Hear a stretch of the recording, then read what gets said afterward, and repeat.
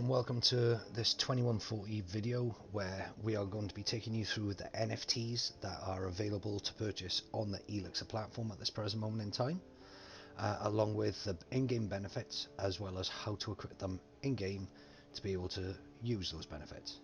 So to start off with, once you've loaded 2140, if you go to the start menu, select survival mode and select your map. At the moment we can only use bunker.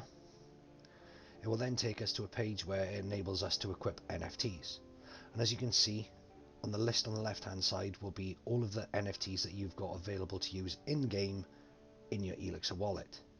So to start off with, at the top of the list we've got the premium NFT antlers, and if I was to select this, on the right hand side it states that these antlers will equip the player with a hunting rifle at the start of each game.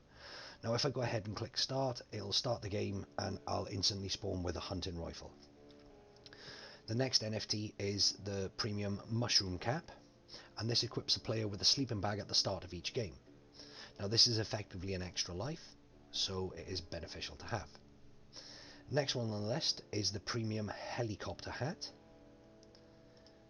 and this grants a player with extra jump height in each game at 2140, which is extremely helpful when in sticky situations, and it'll also come beneficial as more maps get released for the game. There will be certain situations where this will be very beneficial on other maps.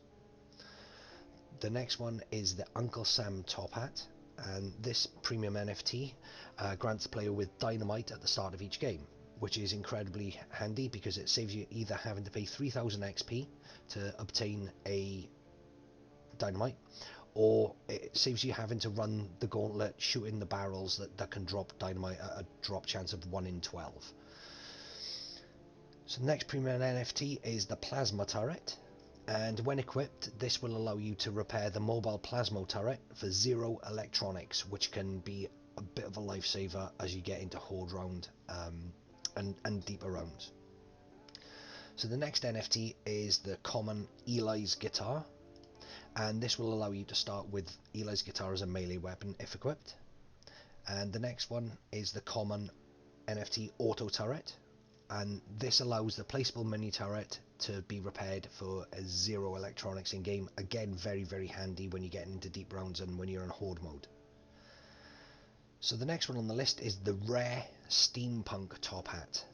Now at this present moment in time it gives you the ability to use the fabricator at double the speed that you would if you weren't wearing the NFT, and it also allows you to start with 3 copper wire, which is extremely handy as it allows you to open up gates straight away by exchanging those copper wire for electronics parts. And the next rare NFT we have is the uders helmet, and this gives the player the berserker power up, which grants an extra heart at the start of each game, and it also comes with throwing axes, which is incredibly handy.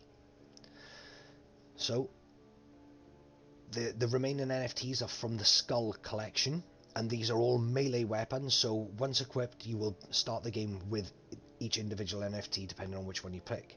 So the first out of the Skull collection is the Skull hammer, so smash your enemies with this beast of a hammer. Then you've got the Skull scythe, slice up your enemies and put them in the graves with this long range scythe. Then we've got the Skull double-edged axe, which will absolutely abolish your enemies. And then moving on to the Skull cleaver for you to chop your enemies into bits. Then we've got the Skull sword, and as it says there, be proud to own this Skull sword, have fun decapitating your enemies. And the final one is the Skull dagger, poke, jab and stab. Start each game with this as a melee weapon. So there you have the Skull collection, the Skull dagger, the Skull sword, the Skull cleaver, the Skull double-edged axe, the Skull scythe and the Skull hammer.